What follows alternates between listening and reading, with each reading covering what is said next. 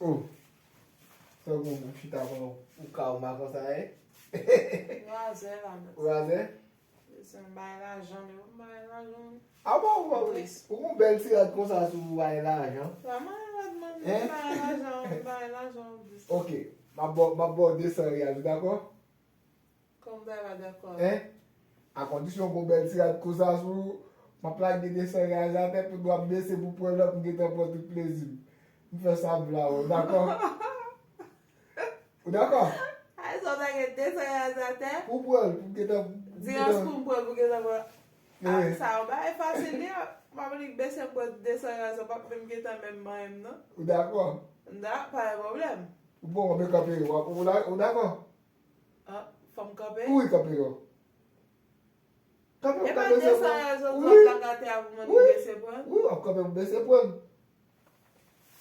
Kouz. Kape yo, we. Ou bon? Mwen yo tek mwen.